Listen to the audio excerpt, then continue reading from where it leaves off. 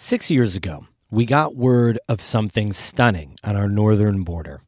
People were showing up from all over the world with their families and going to a tiny dead-end road in Clinton County. Haitians, Afghanis, Central Americans, Congolese. They waited in a long line there at the end of the road to turn themselves into Canada. They figured their chances of being granted asylum there was better than here in the United States. Thousands of people made that calculated risk over the years. But now, the border crossing loophole at Roxham Road is no more. That's today's story of the day. Support for Story of the Day comes from Long Run Wealth, an SEC-registered investment advisor in Lake Placid, providing comprehensive wealth management, retirement, and financial planning solutions. LongRunWealth.com. And from SciTech Business Solutions, training and consulting services to help businesses grow. More information at citec.org.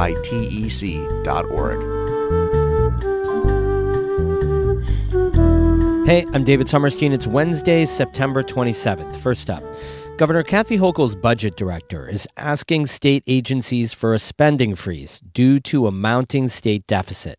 Karen DeWitt reports. Hochul's budget director, Blake Washington, in a letter to state agency heads, writes that an end to 3 years of pandemic-era federal stimulus packages and lower-than-expected tax collections are fueling the gap. It's now estimated to reach $9 billion next year. That's the largest deficit since the Great Recession. Washington tells the commissioners that their agency spending request for the new budget should not total any more than the amount they were allotted in the current year's spending plan. He asks them to reevaluate their operations to find efficiencies and savings opportunities and to look to technological advances to cut costs for services and the delivery of government programs. Hochul spoke about the decision during her annual speech to the state's Business Council. I just told all my agencies yesterday, hold the line on spending.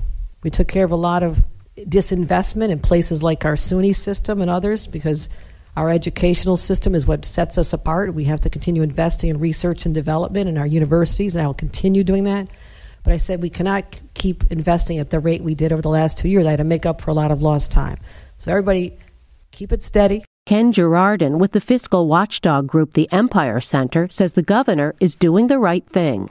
Governor Hochul is on the right track to be looking for savings and efficiencies rather than committing to using the cash reserves in the first instance. Girardin says the state's financial problems are rooted in the pandemic era when for 3 years in a row the rate of spending rose above the rate of inflation.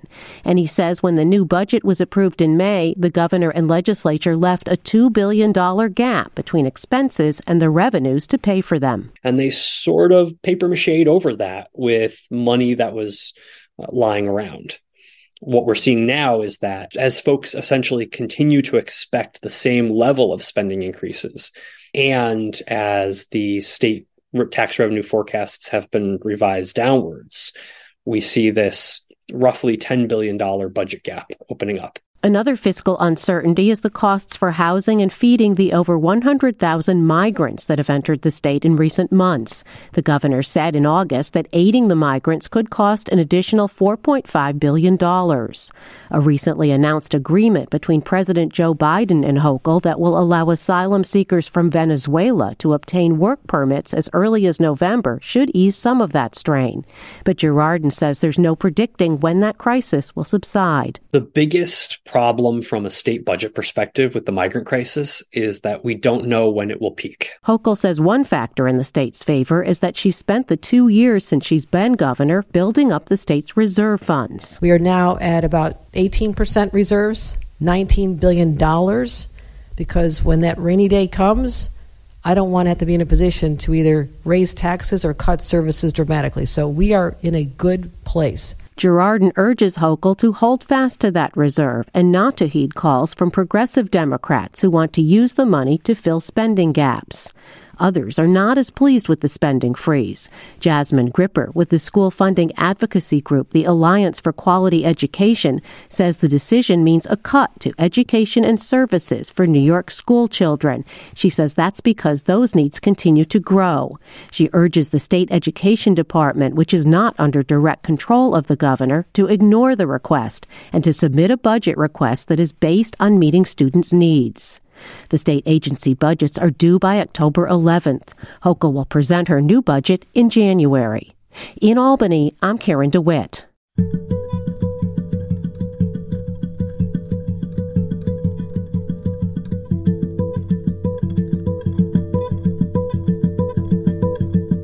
The last building that was part of a Canadian police outpost at a popular unofficial border crossing in northern Clinton County was demolished on Monday. As Kara Chapman reports, it marks the end of an era for this part of the northern border. Starting in 2017 during the Trump administration, migrants seeking asylum in Canada started showing up in Plattsburgh and taking a taxi to a tiny dead-end road in Champlain called Roxham Road. Over 6 years, about 113,000 people turned themselves in to Canadian authorities. Many of them entered that country's more generous asylum system. But Roxham Road was effectively closed in March of this year. Prime Minister Justin Trudeau was facing pressure from Canadians concerned about the flood of migrants. So the U.S. and Canada changed a treaty governing the border. So the dynamic has changed. That's Sergeant Charles Poirier, a spokesperson for the Royal Canadian Mounted Police. He says before the border changes, 99.9% of migrants crossing into Quebec used Roxham Road. Now, it's spread across the entire territory, from the border to Ontario to New Brunswick, but predominantly in the Champlain sector. Poirier says the number of migrants intercepted at Roxham Road and elsewhere in the sector has dwindled to an average of 14 per week. At the same time, more people are heading south into the U.S. instead. Over the last several months, the RCMP started removing parts of the Roxham Road outpost and scaling back on its 24/7 staffing. It left the largest structure standing to see what would happen. But in the past few weeks, we've had almost zero interception at Roxham Road. So then we started removing power and utilities, and then eventually we decided to demolish it. Poirier says this last building is where migrants were brought in after they were arrested for crossing the border. It's where they and their belongings would get searched and where they'd wait to get transported to another RCMP facility. Local volunteer Janet McFetridge says the large steel building was more than that to the asylum seekers. She says it was a symbol of shelter and safety. They'd been traveling a long time to get to that point. That was the point where their hopes that, we made it, and now, maybe we have a chance. For years, McFetridge would set up her car at Roxham Road to offer blankets, hats, gloves, and other supplies to people before they crossed the border. On Monday, she stood on the U.S. side and watched the last building get demolished. She says you could hear metal being ripped apart, see debris flying through the air, and smell the dust as it came down. So it sort of filled your senses with, wow, this building is going down quickly. It's just about gone. It's going to be completely erased. And there won't be a trace of it. Almost as if nothing really happened over those 6 years. And over 100,000 people know that's not true. McFetridge says, with tens of millions of refugees on the move around the world, she's worried about people trying to cross the border through dangerous terrain. Poirier says the RCMP is concerned about people's safety too. He points to the people who've died over the last 2 years trying to cross the border and the RCMP's search and rescue efforts to find people stranded in the woods. Poirier says he wants people to know that it's not safe or easy to cross that way. He says human smugglers have abandoned people there, and he advises them to go to official ports of entry instead. Don't believe, the story that you're going to be able to cross through the woods and it's just going to be an easy walk, because it won't. It might, but it probably won't. And those people promising, an easy crossing, they're just flat out wrong. Poirier says it cost the RCMP millions to operate the Roxham Road outpost. Now, officers will monitor the area as they do other parts of the border, with roving patrols and technology. So we have some tools. We know what the hot spots are.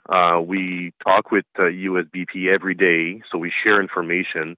So Roxham now is just another crossing, and it's not even a hot zone at this point. Poirier says a sign at Roxham Road telling people not to cross there will remain in place for now.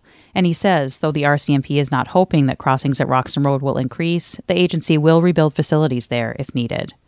Kara Chapman, North Country Public Radio. We have more news all the time on our website, ncpr.org. Music today by Patricia Julian of Burlington and Paul Myers of Colton. I'm David Summerstein, North Country Public Radio.